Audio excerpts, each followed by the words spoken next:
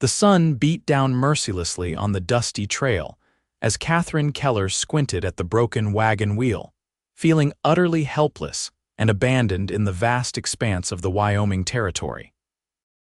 It was 1876, 3 months since she'd left Philadelphia with dreams of starting anew, and now here she was stranded in the middle of nowhere with a broken axle and not another soul in sight.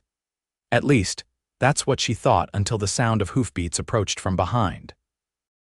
"Looks like you've got yourself in quite a predicament, madam," came a deep voice that caused Katherine to whirl around, her hand instinctively reaching for the small derringer hidden in her skirts.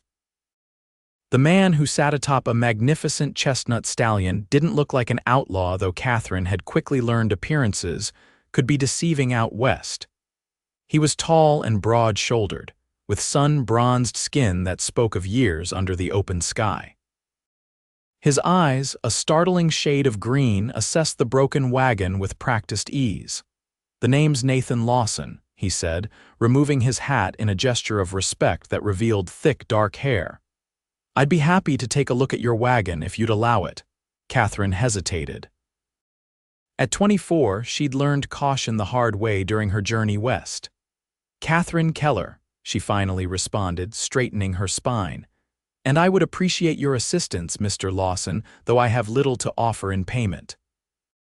A smile broke across his face, transforming his weathered features. "Just Nate, please, and no payment necessary. Can't leave a lady stranded out here with night coming on." He dismounted in one fluid motion that spoke of a lifetime in the saddle. As he approached, Katherine noticed he couldn't be much older than 30, though the elements had aged his skin prematurely. His hands, when he handed her his hat before kneeling to examine the wagon, were rough with calluses. "Where you headed, Miss Keller?" he asked, his focus on the damaged axle. "Sweetwater," she replied, running her fingers absently along the brim of his hat. It was well worn, shaped by years of use, telling its own story of the man who wore it. "That's a fair piece from here," he commented. "And you're traveling alone." There was no judgment in his tone, just concern, but Katherine still felt defensive. "My situation required immediate departure. I have an aunt in Sweetwater who runs a millinery shop. I'm to help her." Nate nodded, not pressing further. "This axle's split clean through." "You're fortunate it happened here and not in the mountains you'd need to cross to reach Sweetwater." Katherine sighed, clutching his hat tighter. "Can it be repaired?" "Yes, madam. I've got some tools on my horse, and there's enough sturdy wood nearby to fashion a temporary fix. It won't be pretty, but it'll get you to the next town where you can get proper repairs." As Nate began working, Katherine sat on a nearby rock, his hat still in her lap. She watched his sure movements, the way he approached the problem methodically, with no wasted motion. "You know a lot about wagons," she observed. He glanced up, a half-smile on his face. "Led wagon trains for a spell. Before that, I was a cavalry scout. You learn to fix what's broken or you don't survive out here." "And what do you do now, Mr. Lawson?" "Just bought a small spread about 10 miles east of Sweetwater," he replied, using a hatchet to shape a piece of pine. "Nothing fancy, but it's mine. Been working other men's land too long." Katherine nodded, understanding the pride in his voice. Ownership meant something out here, perhaps even more than it did back east. "And you, Miss Keller, what brings a lady like yourself out west, besides your aunt's millinery, that is?" There was a knowing look in his eyes that suggested he understood there was more to her story. Katherine hesitated, debating how much to share with this stranger, yet something about his steady presence made her want to trust him. "I was engaged," she began, "to a man my parents selected. A business arrangement more than a marriage when I discovered he had unsavory habits and connections. I broke the engagement." "I imagine that didn't sit well," Nate commented, working steadily as he listened. "No," Katherine agreed, her voice tight with the memory. "My former fiancé was not accustomed to being denied. And my parents were more concerned with their social standing than my well-being. I left rather hastily one night with what savings I had." Nate paused in his work, looking at her with newfound respect. "Takes courage to leave everything behind and start fresh." "Or desperation," she countered. Sometimes they're the same thing, he replied simply, returning to his task. They fell into a companionable silence, broken only by the sounds of Nate's tools and the occasional call of a hawk overhead. Katherine found herself studying him, the way his muscles moved beneath his shirt, the careful precision of his hands, the quiet competence that seemed to define him. As the afternoon wore on, clouds began to gather on the horizon. Nate glanced up with concern. Storm's coming. We need to get this finished and find shelter. There's a way station about 5 miles ahead if we push hard. Katherine felt a flutter of panic. Will we make it? We'll make it, he assured her, his confidence unwavering, but I'll need your help. Together they worked, Katherine following his instructions carefully, holding pieces in place as he secured them. When her hands slipped once, his closed over them, steadying her. The brief contact sent an unexpected warmth through her that had nothing to do with the afternoon heat. By the time the repair was complete, the sky had darkened ominously. Katherine returned Nate's hat, noticing how naturally it sat upon his head like an extension of himself. "Thank you," she said sincerely. "I don't know what I would have done if you hadn't come along." "Let's get you to shelter before you thank me," he replied, helping her up onto the wagon seat. "I'll ride alongside, make sure the repair holds." As they set off, the first fat raindrops began to fall. The repaired axle creaked but held, and Katherine found herself stealing glances at the cowboy riding beside her wagon. There was something comforting about his presence, something that made the vast wilderness seem less threatening. The rain was falling steadily by the time the way station came into view, a sturdy log structure with smoke rising from its chimney. As they pulled up, the door opened to reveal an older couple. "Heavens, you're drenched," exclaimed the woman, who introduced herself as Martha Wilson. Her husband, Elias, helped Nate stable the horses while Martha ushered Katherine inside. "You're fortunate to have found shelter," Martha said as she handed Katherine a towel. "These summer storms can be fierce." "I was fortunate, mister." "Lawson came along when he did," Katherine replied, glancing out the window to where Nate was leading the horses into the stable. Martha followed her gaze, a knowing smile crossing her face. "Nate's a good man, one of the best in these parts. Saved our Elias last winter when his horse threw him during a blizzard." Katherine found herself wanting to know more, but just then the door opened and Nate stepped in, water streaming from his duster. "Wagon's secure," he reported, "but I don't think we're going anywhere tonight." "This storm's settling in," Martha nodded. "You'll stay for supper, of course, and we've rooms for the night. It's not fancy, but it's dry." As the evening progressed, Katherine found herself relaxing for the first time in months. The Wilsons were gracious hosts, their small way station a haven of warmth and simple hospitality. After dinner, as Elias and Nate discussed the conditions of the trails ahead, Katherine helped Martha clear the table. "How long have you known Mr. Lawson?" Katherine asked, trying to sound casual. Martha smiled knowingly. "Going on 5 years now. He came through here after the war, looking for a fresh start like so many boys did. Worked hard, saved his money, minded his business, not like some of the wild ones who drift through." He mentioned buying land near Sweetwater. That he did.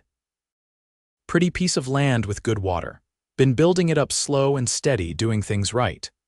Martha handed Katherine a plate to dry. A man like that needs a good woman by his side, though he'd never admit it. Katherine felt her cheeks grow warm. "I hardly know him." "Sometimes a day tells you more about a person than a year," Martha replied enigmatically. Later, as the storm raged outside, Katherine found herself unable to sleep. She wrapped a shawl around her nightdress and crept downstairs, thinking to make herself a cup of tea. She was surprised to find Nate still awake, sitting by the fire with a book in his hands. "Couldn't sleep?" he asked, setting the book aside. "The storm," she explained, though it wasn't entirely true. Her thoughts had been too full of the day's events and of him. "It's always louder when you're not used to it," he agreed. "Would you like some coffee? It's still warm." Katherine nodded, taking the cup he offered. "What are you reading?" He held up the book, looking almost embarrassed. "Poems by Walt Whitman. Not very cowboy-like, I suppose.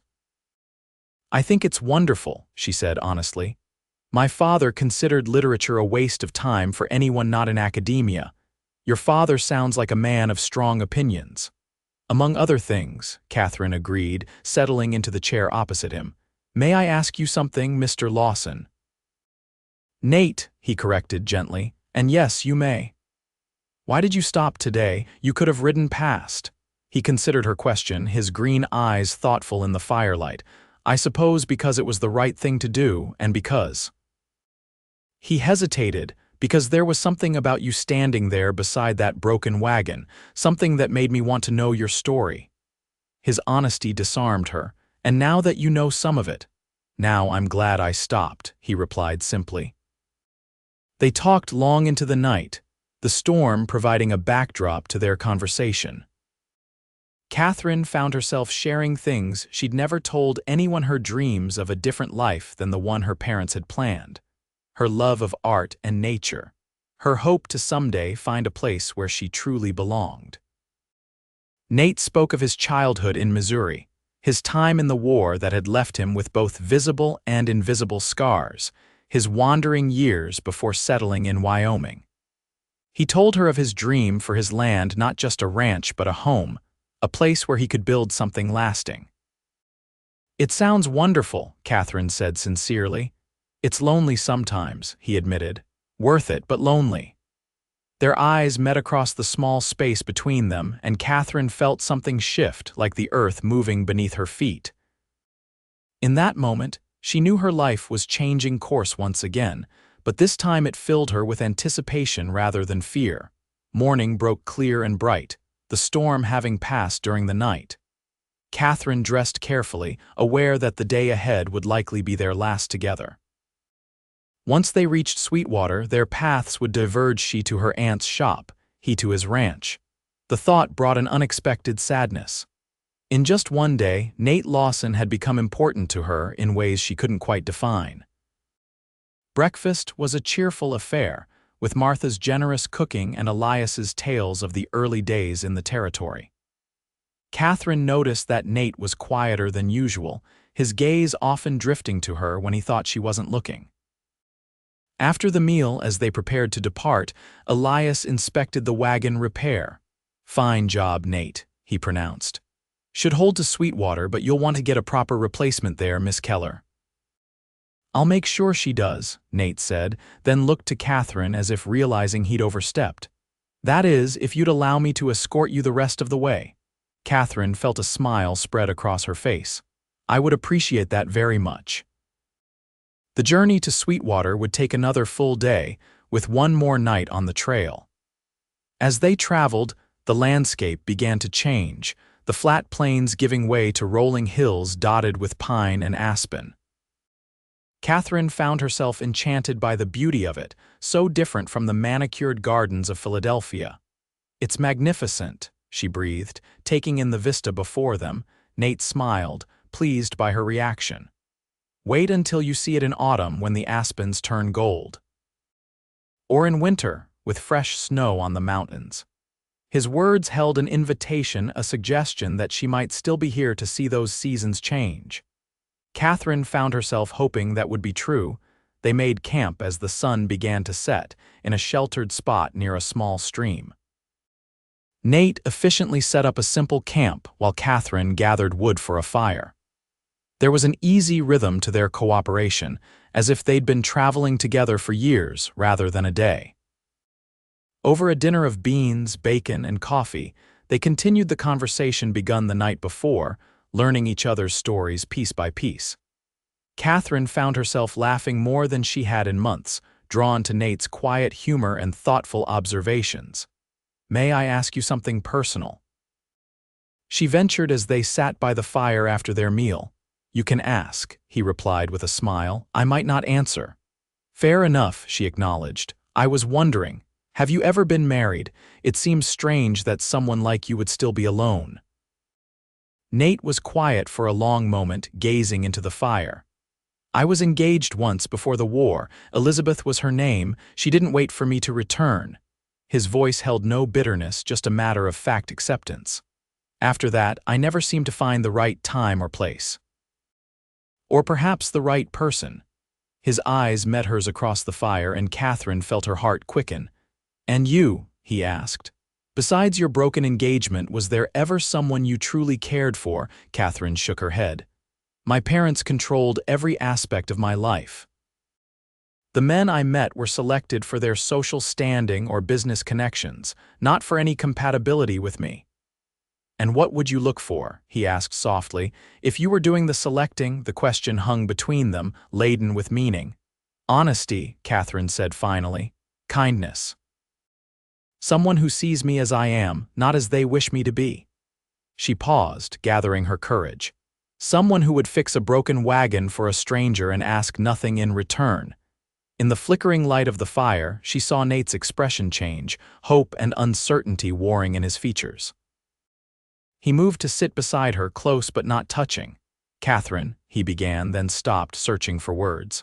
"I know we've only just met, and this may seem forward, but I feel as though I've known you much longer.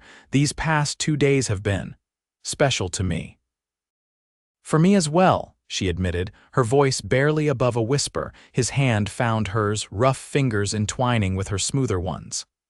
"I'd like to see you again after we reach Sweetwater, if you'd be amenable to that." Katherine turned to face him fully, finding courage in the warmth of his gaze. "I would like that very much." For a moment they simply looked at each other, the connection between them almost tangible in the night air. Then, slowly, Nate leaned forward. Their first kiss was gentle, a question more than a demand. When Katherine responded, her hand moving to rest against his chest, the kiss deepened into something more definite, a promise, a beginning. When they finally broke apart, Nate's smile was tender. "I think I've been waiting to meet you for a very long time, Katherine Keller." "Perhaps we were both waiting," she replied, "without knowing exactly what we were waiting for." They talked long into the night, making plans and sharing dreams, the stars wheeling overhead in the vast Wyoming sky. When Katherine finally retired to her bedroll, her heart was too full for sleep. Something extraordinary had happened on this journey, something that had begun with a broken wagon and a kind stranger, but was growing into something far more significant. Morning found them both eager to reach Sweetwater, though for reasons different than when they'd started the journey. As they traveled, Nate pointed out landmarks, telling stories of the area and the people who lived there. He showed her the turnoff to his ranch, visible as a distant collection of buildings nestled in a small valley. "It's not much to look at yet," he said almost apologetically. "But the bones are good. The house needs work, and I've plans to expand the barn come spring." "I'd like to see it," Katherine said sincerely. His face lit up at her words. "Perhaps this Sunday, I could come to town and escort you out for the day if your aunt wouldn't object." "I'm sure she wouldn't," Katherine replied, though in truth she had no idea how her Aunt Ruth would react to her niece being escorted by a cowboy she'd met on the trail. But that was a concern for another day. Sweetwater came into view by mid-afternoon, a bustling town that was larger than Katherine had expected. The main street was lined with businesses, from the essential blacksmith and general store to more specialized establishments like the millinery shop that belonged to her aunt. As they approached, Katherine felt a curious mix of emotions. She was eager to begin her new life, to reconnect with the aunt she barely knew, to establish herself in this community. But she also felt a pang at the thought of parting from Nate, even temporarily. They stopped first at the blacksmith to arrange proper repairs for the wagon. As the smith examined the temporary fix, he whistled appreciatively. "Fine field repair, Nate," he commented. "This lady was lucky you came along." "I was the fortunate one," Nate replied, his eyes finding Katherine's with a warmth that made her blush. From there, they made their way to Ruth Keller's millinery shop. Katherine felt suddenly nervous as they approached the neat storefront with its display of fashionable hats. "Would you like me to come in with you?" Nate asked, sensing her anxiety. Katherine nodded gratefully. "If you wouldn't mind." The bell above the door jingled as they entered. The shop was empty of customers, but a tall, elegant woman in her 50s looked up from behind the counter. Her features, so like Catherine's mother's, softened in recognition. "Katherine, is that you?" Ruth Keller came around the counter, arms outstretched. "My goodness, you're the image of your mother at your age." Katherine accepted her aunt's embrace, relieved at the warm welcome. "It's good to see you, Aunt Ruth. I hope my letter arrived explaining my situation." "It did, just yesterday. I've been preparing your room and wondering when you might arrive." Ruth's gaze moved curiously to Nate, who stood respectfully near the door, hat in hand. "This is Mr. Nathan Lawson," Katherine introduced. "He very kindly helped me when my wagon broke down on the trail. I wouldn't have made it here without him." Ruth's eyebrows rose slightly as she assessed the tall cowboy. "Then I'm deeply in your debt, Mr. Lawson. My niece is very precious to me, even though we've been separated by distance these many years." "The pleasure was mine, madam," Nate replied with a slight bow. "Your niece is quite remarkable." A knowing smile crossed Ruth's face as she glanced between them, clearly observing the way they looked at each other. "Will you stay for dinner, Mr. Lawson? It's the least I can offer to thank you." Nate looked to Katherine, who nodded encouragingly. "I'd be honored, madam." That dinner was the first of many. Over the following weeks, as summer ripened toward autumn, Nathan Lawson became a regular visitor to Ruth Keller's home above the millinery shop. Katherine flourished in her new life, enjoying the work in the shop and the freedom of a town where no one knew her past or judged her by her family's expectations. Each Sunday, Nate would escort her to church, then to dinner, and often for a ride in the afternoon. They explored the countryside together, visited his ranch, attended local gatherings. With each meeting, their connection deepened, conversations flowing effortlessly between them as they discovered all the ways in which they complemented each other. Katherine met Nate's friends and neighbors, all of whom confirmed Martha Wilson's assessment. He was indeed one of the best men in the territory, respected for his integrity and hard work. And they all observed, with varying degrees of subtlety, that he had never looked as happy as he did with Katherine by his side. For her part, Katherine found herself falling more deeply in love with each passing day. She loved Nate's quiet strength, his gentle consideration, his unwavering honesty. She loved his passion for his land, the way he spoke of building something that would last beyond his lifetime. Most of all, she loved the person she was when she was with him, braver, more honest, more fully herself than she'd ever been allowed to be. The leaves were beginning to turn, painting the hills with splashes of gold and crimson, when Nate invited her for a special ride one Sunday afternoon. "There's something I want to show you," he said as they left town, heading toward his ranch but then veering onto a less traveled trail. The path wound upward through stands of aspen and pine until they emerged onto a high meadow overlooking the valley. Below them stretched a panoramic view of the entire region: Nate's ranch, the winding river, distant Sweetwater, and beyond that, the mountains rising blue and majestic on the horizon. "It's breathtaking," Katherine said, dismounting to stand at the edge of the meadow. "I come here to think," Nate told her, joining her after securing the horses. "To remind myself why I chose this life, this place." He took her hand, his expression serious. "I wanted to share it with you because I hope it might someday be part of your life too." Katherine's heart began to race as Nate reached into his pocket and withdrew a small box. "Katherine Keller," he said, his voice steady despite the emotion evident in his eyes. "I know we haven't known each other long by some standards, but I think we both felt it from that first day on the trail that this was something rare and precious, something worth holding on to." He opened the box to reveal a simple but beautiful ring, a small diamond set in gold. "This belonged to my grandmother. She gave it to me before she passed, told me to save it for the woman who made me feel like I'd found my home." His eyes held hers, vulnerable and hopeful. "You're that woman, Katherine. Will you marry me?" Tears filled Katherine's eyes as joy welled up within her. "Yes," she said, the word carrying all the certainty she felt. "Yes, I will marry you, Nate Lawson." As he slipped the ring onto her finger and pulled her into his arms, Katherine marveled at the journey that had brought her here. A broken wagon, a chance meeting, a kind cowboy who had stopped to help a stranger, these simple elements had combined to change the course of her life in ways she could never have imagined. Their wedding took place as the first snow dusted the mountains, a small, joyful ceremony in Sweetwater's church with Ruth, the Wilsons and Nate's closest friends, in attendance. Katherine wore a dress of deep blue velvet that Ruth had helped her make, with tiny pearls sewn into the bodice that caught the light as she spoke her vows. Nate's voice was clear and strong as he promised to love, honor, and cherish her all the days of his life. When he slipped the gold band onto her finger to join the engagement ring, his hands were steady, his eyes shining with a happiness that matched her own. "I never thought I'd find someone like you," he whispered as they shared their first dance at the reception held in the town hall. "Someone who makes me feel complete." "I never thought I'd find myself at all," Katherine replied, "until I met you."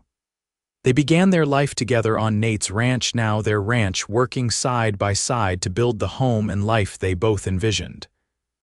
The house that Nate had described as needing work blossomed under Katherine's touch, becoming a warm and inviting space filled with books, music, and laughter. The land prospered too, as they expanded the cattle operation and planted an orchard that Katherine tended with loving care.